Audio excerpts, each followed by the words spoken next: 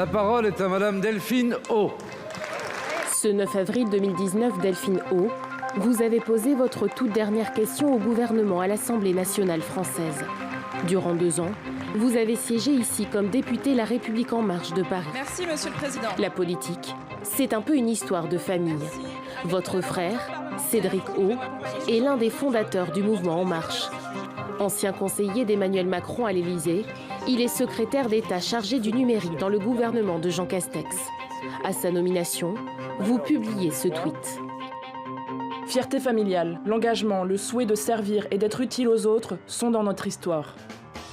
Votre père est originaire de Corée du Sud, votre mère de France. Vos regards ont toujours été tournés vers l'international. Durant vos études d'Harvard à Kaboul en passant par Téhéran, vous vous spécialisez sur l'Iran. Vous avez cofondé le site Lettres Persanes qui traite de l'actualité politique, littéraire et culturelle du pays. En avril 2018, alors que les États-Unis menacent de quitter l'accord sur le nucléaire iranien, vous écrivez une lettre ouverte au Congrès avec près de 500 parlementaires français, britanniques et allemands. Désormais ambassadrice, secrétaire générale du Forum international Génération Égalité, vous souhaitez poursuivre avec l'ONU le combat pour que les hommes et les femmes soient égaux en droit. Dans certains pays du monde, plus de 90% des petites filles sont encore excisées.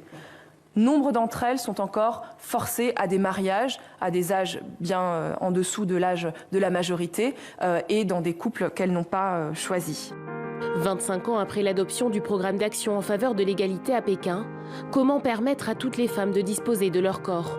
Comment parvenir à la parité? Dans ce contexte de pandémie et en tant que jeune ambassadrice, vous tentez de mobiliser sur les réseaux sociaux une génération connectée pour que l'égalité des sexes devienne enfin une réalité.